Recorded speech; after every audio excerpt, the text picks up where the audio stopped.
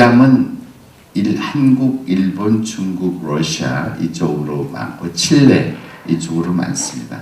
근데 결국은 이제 잘 살게 되면 점점점 위암은 줄어들게 있어요. 이게 우리가 음식을 먹으면 식도를 통해서 이 하얀 데가 이게 그 위에요. 그리고 위에서 이제 이게 작은 창자 뺑뺑뺑뺑 돌면서 이제 영양분은 다 없애가지고 간으로 보내요. 이 간으로 보내면 간이 다 이제 분배를 해줘, 각 장기로. 그리고 이제 찌꺼기는 이 대장으로 해서 대변으로 나옵니다. 근데 이 위 뒤에 이게 췌장이거든, 췌장. 이 췌장은 췌장암 걸리면 되게 6개월에 반이 죽고 또 6개월 지나면 살아있는 사람의 반이 또 죽어요. 또 6개월 지나면 살아있는 사람의 반이 죽는다. 왜?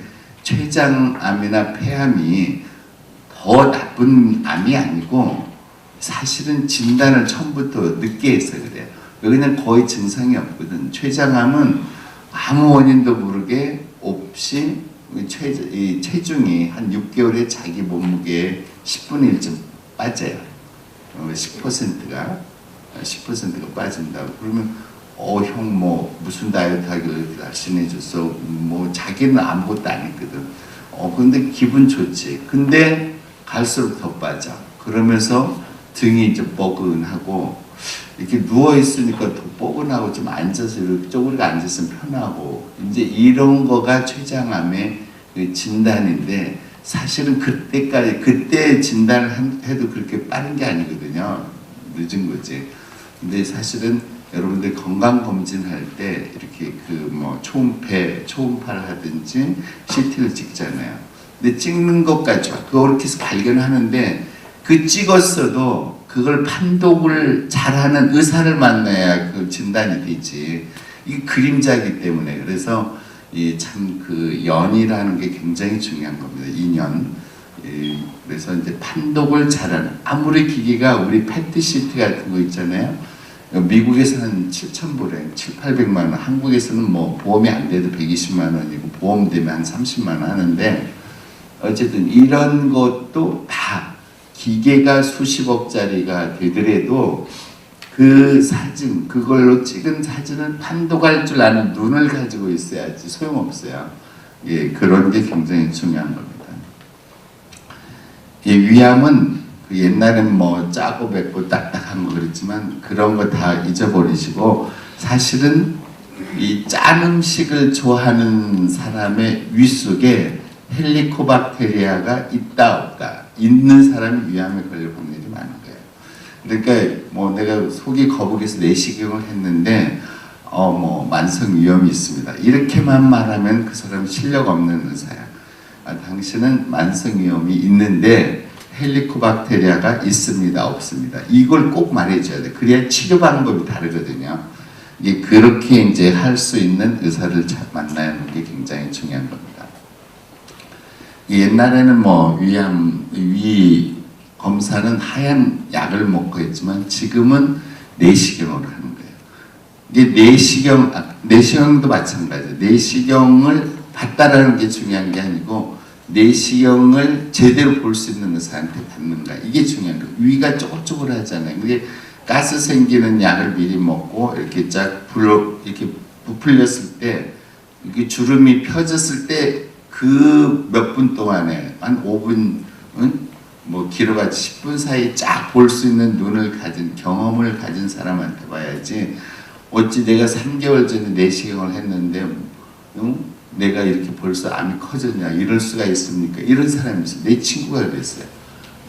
그것은 결국은 내시경을 했다라는 게 중요한 게 아니라 그 제대로 볼 줄 아는 눈을 가진 의사를 만난다는 게 굉장히 중요한 거예요. 초음파도 마찬가지예요. 초음파 하면 뭐 이 초음파를 했다는 게 중요한 게 아니에요. 그러니까 그 사람, 경험 많은 사람을 찾는 게 굉장히 중요한 겁니다. 그리고 이제 위든 뭐 대장이든 간암이든 혈액으로 그 암을 진단하는데 도움을 받을 수가 있어요. 근데 어떤 사람들은 뭐 1cc의 뭐 피로 당신의 모든 암을 진단해 준다는 엉터리 같은 것들이 수없이 신문에 나옵니다. 그건 일종의 사기지, 사기. 절대로 그럴 수가 없어요. 이게 진단하는데 도움은 될지언정 그것만 갖고 절대로 할 수가 없어요. 뭐 심지어 뭐 대학병원에서도 그런 것까지 해가지고 뭐 20몇만 원씩 받은 적이 있는데 그러시지 말라고 내가 이제 그랬지만 어쨌든 도움은 되죠. 뭐 이제 대장암은 C19-9, 뭐 췌장암 그런 거 유방암도 뭐 있어요. 다 있긴 있지만 그것만 갖고 하는 게 아니라 그런 피 검사를 하는 이유는 이 사람이 처음에 예를 들어서 암에 걸려 진단이 됐을 때 숫자가 뭐 10이었다. 근데 이제 뭐 수술하고 나서 이게 이제 점점 줄어서 이제 뭐 7, 8 했다가 5, 6 됐다가 3, 4 됐다. 이런 경향을 보는 거지 진단을 확실하게 하기 위해서 하는 건 아닙니다. 옛날에는 그 위 사진 보면 이런 혹은 뭐 이제는 학생도 레지던트도 뭐 간호사도 다래 이런 거 보는 게 아니라 아까 말씀드렸듯이 하여간 5mm 정도까지를 볼 수 있는 눈을 가진 의사 이런 게 중요한 거예요.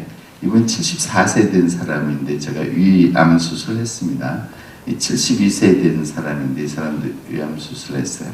어쨌든 이제 옛날에는 저 정도면은 이제 우리 아버지 뭐 사실 만큼 살았으니까 이제 뭐 그냥 증상이 없게 재산제나 주시고 진통제나 주십시오 하는 사람이 10가족 중에 한 5가족은 됐어요.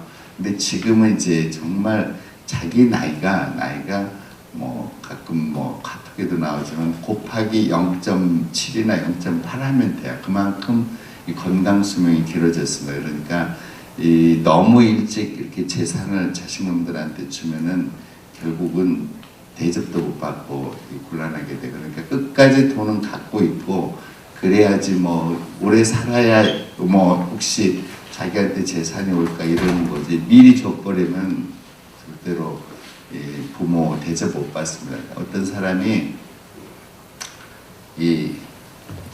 살다가 따로 이제 부부가 살다가 와이프가 죽었어요. 한 2년 지나니까 외롭잖아요. 이게 파출부가 늘 다니면서 이렇게 도와주고 그러는데 이제 그 사람도 생각하기에 내가 언제 죽을지 모르니까 이 자식놈하고 같이 누군가 같이 살았으면 좋겠다고 이남이 있는데 하루는 불러가지고 이제 뭐 음식도 시켜서 같이 먹으면서 야 나도 이제는 외로워서 못 살겠다. 그러니까 사실 나도 언제 죽을지 모르겠는데 내가 있는 재산을 너희들한테 똑같이 나눠주겠다고 하고 이제 5억씩 줬어. 이제 내 자매니까. 5억씩 주고는 이제 앞으로도 열심히 살고 그리고 나도 좀 어떻게 좀 잘 사는 방법을 모색해 하겠다고 이제 했어요. 그래가지고 이제 저때 다들 고맙다 그러지. 내가 있는 재산 전부다. 그래가지고 이제 또 3개월쯤 있다가 또 불렀더니 뭐 바쁘고 어쩌고 그래서 야 너희들 와라 이제 가지고 이제 다시 한번 이제 내가 정말 외롭고 언제 내가 백사하면 안 되니까 누가 나하고 같이 살래 그랬다. 아무도 같이 살겠다는 아들도 없고 며느리도 없었어요. 그래서 이해하겠다고 자기는 그럼 집 줄여서 우이동으로 이사하겠다고 그랬거든요. 그래도 뭐 반응들이 별로 없어. 자기는 진짜 그 줄여서 우이동으로 갔는데 가만히 생각하니까 정말 싸가지가 없잖아. 아무 딸든 뭐 아들이든. 이해는 하지만 너무 섭섭해. 근데 사실은 그 사람이 50억이나 있었어. 50억. 그런데 이걸 결국은 자식놈한테 더 줄 필요가 없다라고 생각하고 나중에 그 사람이 내가 말씀드리면 아는 사람인데 그냥 내가 죽으면 어떻게 해달라고 이렇게 딱 유언장 쓰고 있는 사람이 있어요. 심지어 또 어떤 사람은 자식 테스트 하는데 이제 다 가르쳐 놨는데 사실은 이제 펌플러서 사실 내가 너희들 가르치느라고 빚이 1억이 있는데 나 이건 꼭 갚아줘야 되겠는데 누가 좀 나 좀 도와줘야 했더니 이 잘 사는 놈들은 아무도 뭐 좀 도와주겠다는 놈 없고 제일 못 사는 놈이 아버지 나 500만 원 있는데 제가 500만 원 드리겠습니다. 그래서 고맙다. 얼마 있다 그놈한테만 산줬다는 게 요새 이 자식이 아니에요. 그래서 정말 끝까지 나이 드셔도 이거 가지고 있어야지. 이 손자 손녀라도 오면 한 10,000원씩이라도 줘야 언제 할아버지한테 가냐고 그러지. 절대로 며느리도 마찬가지. 오면 100,000원씩이라도 주면 또 이렇게 오는데 한 번 먹던 줘버리면 안 와요. 그러니까 정말 이 재산을 관리를 잘하는 게 중요한 겁니다. 이 위에 이런 그 돌이 있기도 해요. 쓸개돌도 있고 콩팥스돌도 있는 거 있지만 위에도 돌이 생깁니다. 그러니까 음식도 궁합이 있어요. 옛날 시골에 가면은 할머니가 무슨 야 땅감하고 새우젓 게젓하고 같이 먹지 마라. 왜냐면 그게 탄닌이라는 거하고 칼슘 붙으면 딱딱해지거든요. 이게 돌이 되는 거예요. 그래서 이제 그 위에도 돌이 생기는데 그런 게 이제 그 음식의 궁합에 있다라는 거죠. 이 사람 보면은요, 이 사람 다 제가 수술한 그 원자력 병원에서 1992년도에 위암 그 진단을 받았는데 수술은 3년 반 만에 수술했어요. 왜냐면 이 사람이 테헤란의 그 은행 지점장인데 이제 열심히 해가지고 젊은 나이에 지점장이 됐어. 이렇게 너무 계속 열심히 하다 보니까 너무 피곤해서 난 이게 내가 너무 열심히 해서 피곤한 거보다 하고 하다가 결국 저한테 왔었는데 알고 보니까는 위암이 위 전체, 간의 전체에 막 다 번졌어. 살려달라길래 뭐 내가 살려준다면 어떻게 하느냐. 내가 아는 지식 범위에서 출산하겠다 해가지고 한 달에 8일씩 항암제 치료를 12번을 하고 2달에 한 번씩 간에다가 항암제를 치료했더니만 1년 지나니까 간에 있는 암이 다 없어졌어요. 근데 위에 이렇게 아직도 많이 남아서 그때는 이제 항암제 그 주사 맞기 굉장히 힘들거든요. 더 하면은 못 견딜 것 같아서 먹는 항암제로 다시 한 2년을 했습니다. 그때 줄어들어서 이만큼 돼서 이제 위암 수술을 했어요. 그 다음에 이제 또 좀 약 좀 먹고 한 6년 반 살았습니다. 근데 결국 이 사람이 처음 수술 안 해. 그런 항암제 치료 안 하고 수술 안 해서 한 6개월 살게 한 6년 살은 거죠. 이게 의사는 그런 게 보람이에요. 이게 세계보건기구 WHO에서 항암 치료를 하든 방사선 치료를 하든 이게 치료하는데 적어도 대상이 내가 그렇게 치료를 함으로써 생명 연장을 3개월 이상 된다고 가정을 하면은 그때 치료를 하라. 그렇지 않으면 편하게 통증이 없게만 하고 잠만 잘 자게 하고 해주면 되는 거지. 일부러 독한 항암제 할 필요 없다고 그렇게 돼 있습니다. 그래서 이제 이런 6개월 살 사람이 6년 반 사는 것은 세계적인 이제 보고가 되는 거죠. 이제 그래서 근데 이제 결국은 암 사기면은 옛날 말로는 다 말기에 말기. 근데 지금은 말기라는 말 안 합니다. 지금은 암 사기지. 이 사기도 이렇게 그 뭐 완치도 될 수도 있고 6개월 살 사람이 6년 살 수도 있어요. 위암은 이렇게 그 위벽이 4개로 돼 있거든요. 4층으로 안쪽에서 점막하고 점막 하층까지만 간 위암은 조기암이에요. 조기암은 거의 97.5% 완치가 됩니다. 사실은 저도 제 와이프도 내가 위암 수술을 해줬는데 지금 거의 한 20년 됐죠. 근데 다행히 조기에 발견해가지고 했어요. 그래서 이제 정말 이 한국의 그런 위암 수술 기술도 정말 세계적이에요. 제가 이제 뭐 이렇게 식구 암 있다 하면 옛날에는 내 딸, 내 뭐 아들 뭐 어떻게 장가 보낼까 보낼까 했지만 지금은 그건 죄가 아니에요. 어쩔 수 없이 다 생길 수 있는 거야. 폐암도 이제 이런 그 췌장암이나 폐암 이런 것은 빨리 죽잖아요. 근데 결국은 증상이 처음에 별게 없기 때문에 그래요. 그러니까 폐암은 마른 기침을 자주 하는 사람. 물론 나중에 이제 가래도 나오고 폐도 나오지만 그 마른 기침이 이렇게 자주 나오는 이런 사람 검사를 꼭 해보셔야 됩니다. 이제 폐암 이제 진단하는 것은 가래 검사도 있지만 내시경 검사도 하고 여러 가지 검사가 있는데 예를 들어서 이게 폐 사진이잖아요. 근데 이게 심장이에요. 누구든지 사진처럼 다 이렇게 생겼는데 이게 이제 폐에 멍어리가 있을 때는 옛날에는 결핵이련이 생각했어. 결핵. 그러나 지금은 이제 결핵은 아주 없어지지는 않았지만 좀 줄어들었잖아요. 그래서 지금은 이제 이런 기침 나오고 멍어리가 있으면 혹시 폐암 아니야 이렇게 생각하면서 이제 진단을 하는 거예요. 결국은 이런 가래 검사도 하고 내시경 검사도 해요. 근데 여기쯤 이게 있으면 내시경으로 들어가지를 못해요. 이 우리 폐 기관지가 나무를 밑에서 잘라서 이렇게 엎어놓은 거하고 똑같으니까 이 넓은 데에서는 기관지가 들어가지만 밑에 가지 끝에는 안 들어가잖아요. 그래서 네, 이런 게 이렇게 있을 때는 내시경을 하면 여기 입으로 해서 이렇게 볼 수가 있어요. 예를 들면 이제 이렇게 보면 이런 혹이 있으면 이제 조직 검사를 하면 되지. 근데 여기에 있으면 이 내시경이 안 들어가니까 이제 여기에는 이제 예를 들어서 이런 CT를 찍어서 이렇게 보고 여기 이제 갈비뼈 사이사이로 해서 가느다란 바늘을 찔러요. 예, 찔러서 이제 세포 검사를 합니다. 이런 것도 다 기술이 많아야 돼요. 이게 우리나라 이제 간암의 제일 많은 원인은 B형 간염 바이러스. 일본은 C형 간염, 몽골 같은 데도 C형 간염 그렇거든요. 옛날에는 전 세계적으로 이 간염보다도 간지스토마 때문에 생기는 간암이 제일 많았습니다. 미국도 마찬가지고. 이제 간암의 그런 그 위험 인자를 보면은 B형 간염, 일본 C형 간염이라 했죠. 근데 간 나쁜 사람이 계속 술, 담배 먹으면 안 되겠죠. 이게 간이거든요. 간.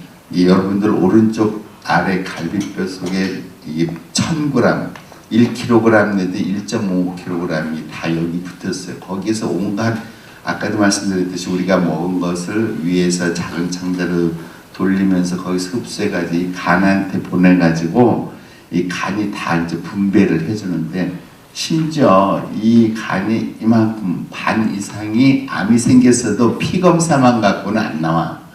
이게 피 검사 더하기 적어도 초음파를 하든지 CT를 해야 돼요. 그래서 이제 그 말은 거꾸로 말하면 이만큼 간이 없어도 된다 이 말이죠. 그래서 요새 이 간이식 하는데 자식놈이 반 잘라서 주고 그래요.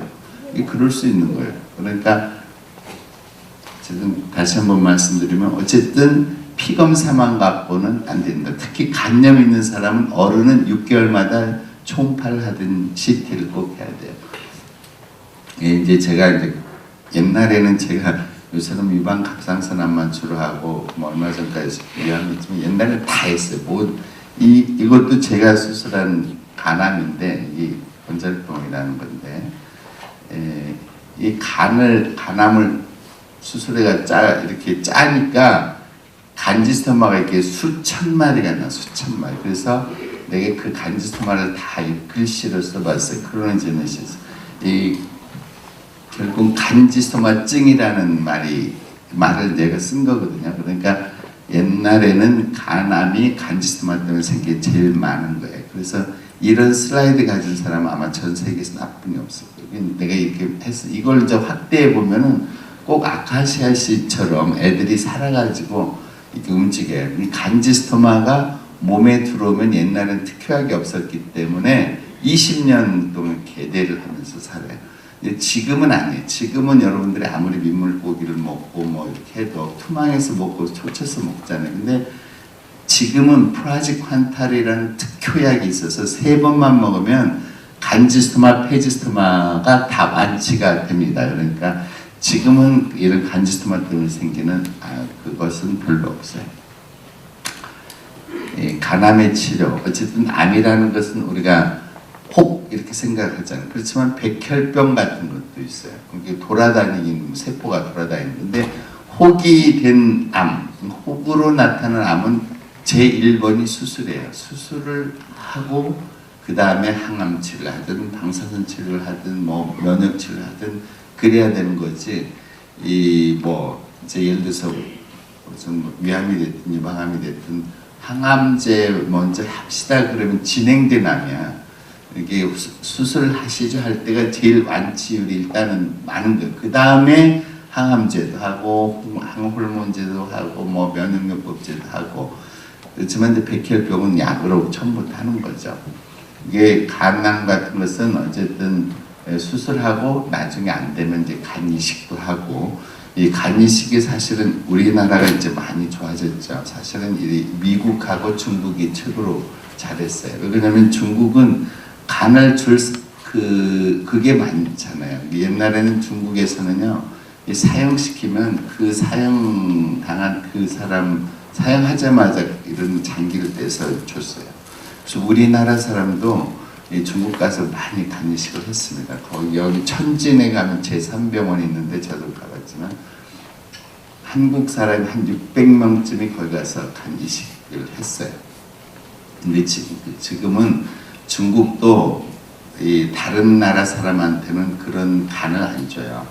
이제 가서 받으려면은 이제 돈 주고 중국 사람으로 중국 사람이 되어가지고 치료 받고 다시 한국 사람으로 다시 바꿔서 옵니다. 그렇게 하다가 또 죽으면 또 할 수 없이 그냥 와야죠. 어떡하겠어요. 이 간암의 예방법, 아까도 말씀드린 B형 간염 항원이 있을 때는 간암의 조기 진단을 위한 정기적인 초음파 혈액 검사를 또 꼭 하셔야 돼요. 혈액 검사는 태아성 단백질, 그걸 보는 거예요. 그거. 그다음에 그 초음파로 멍어리가 있나 없나.